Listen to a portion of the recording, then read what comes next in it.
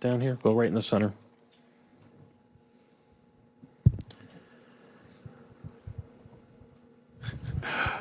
Ty, James Boyd, The Athletic.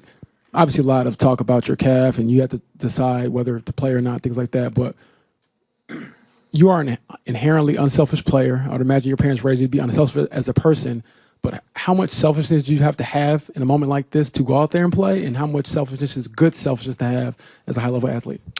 I mean, I just look at it as, I want to be out there to compete with my brothers. These are guys that I'm willing to go to war with. And we've had such a special year, and we have a special bond as a group. And, I think I beat myself up if I didn't give it a chance, And, I just wanted to be out there and fight. And I just had to have an honest conversation with Coach that, if I didn't look like myself and, was hurting the team, like, sit me down. Like, that's obviously a conversation with Coach. But, yeah, I want to be on the floor. And if I have the ability to, if I can, like I said, if I can walk, then I want to be out there. So, I just want to be out there with my brothers to compete. And, those guys have my back, and, I feel like I have theirs at the same time. So, that was important for me. Again in the front. Tyrese Haliburton with The Athletic. This team has never been this close to an NBA championship in its history. You've talked with Reggie about how much that would mean to you personally. How do you weigh that over the next 48? Just not trying to look at it from like a big picture thing, not trying to look at it in that way necessarily. Like, we got one game, it's nothing that's happened before matters, and nothing that's going to happen after matters. It's all about that one game. So just trying to approach it the right way, for the next couple days there, it's going to be, the narratives are going to be almost poison, to talk about what this would mean to our city and our organization and legacy talk, and we played so well, and now the pressure's on. Like, it's going to, you know what I mean? There's going to be, narratives that we can't really pay attention to. We got to control what we can. So much of these games has come down to, who's going to start the fight from a physicality standpoint and, take care of the ball better, rebound the ball better. Those are important things that we need to focus on. So, I don't even want to say, like, celebrate this one tonight, move on. Like, it's done with. We did our job to take care of home court, and we got to be ready to compete in Game 7. Dustin here on the left.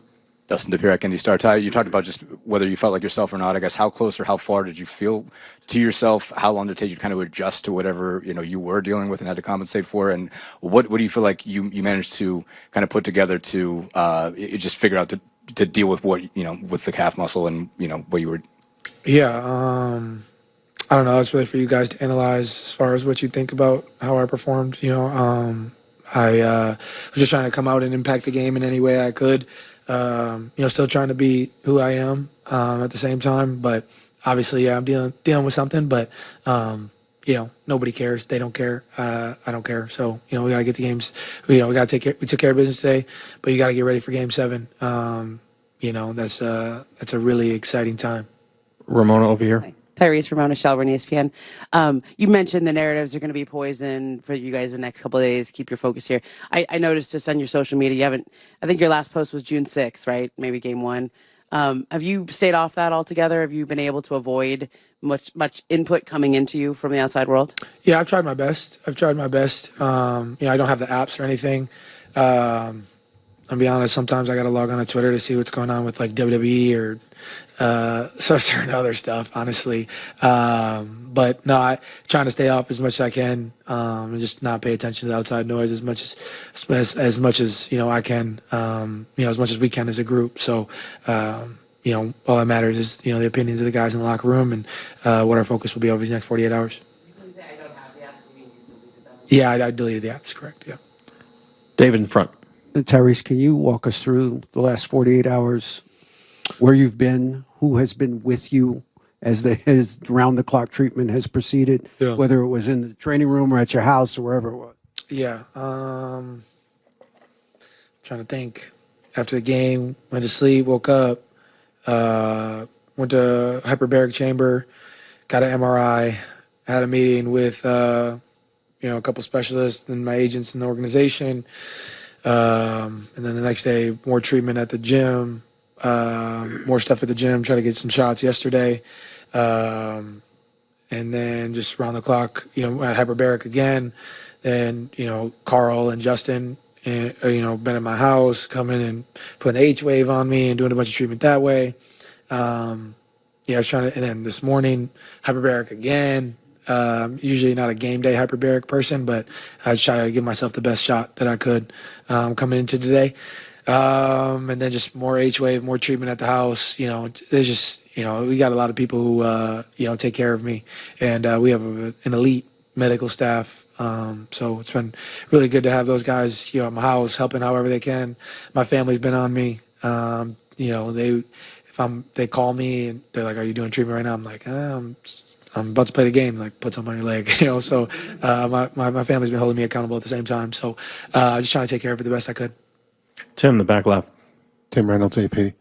Tyrese at 10 and 15, and then you guys overcome that. You were supposed to lose to Cleveland. That didn't happen. You're dragging your leg the other night. Like, how just when you look at everything, how crazy is it that there is just one game left and you're in it? Yeah, it's exciting, man. It's so exciting. As a basketball fan, there's nothing like a Game 7. There's nothing like a Game 7 in the NBA Finals.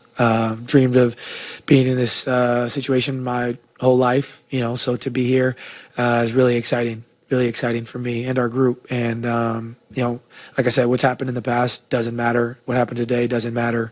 It's all about one game, and approaching that the right way. So everybody's got to take care of their bodies.